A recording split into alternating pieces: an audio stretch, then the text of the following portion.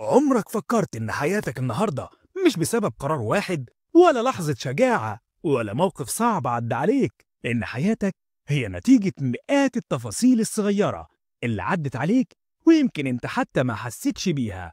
يا صديقي، في قانون اسمه قانون التراكم. الحاجات الصغيرة اللي بتعملها كل يوم بتتراكم وتكبر وتغير مستقبلك بالكامل، إما بالإيجاب أو بالسلب.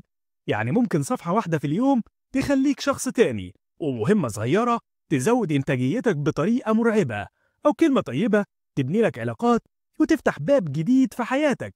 وفي نفس الوقت فكرة سلبية أو تسويف بسيط أو غضب مكتوم ممكن يتراكموا ويهدوا حياتك من غير ما تحس. والأقوى من ده كله إن في تراكمات روحية، المداومة على الاستغفار والذكر وقراءة القرآن، حاجات بسيطة بس تأثيرها يمشي معاك طول العمر. ولو عايز تعرف ازاي تبدأ عادة صغيرة من غير ما تحارب نفسك وتفهم ازاي التراكم بيغير مصيرك فعلا، شوف الحلقة كاملة على قناتنا من هنا.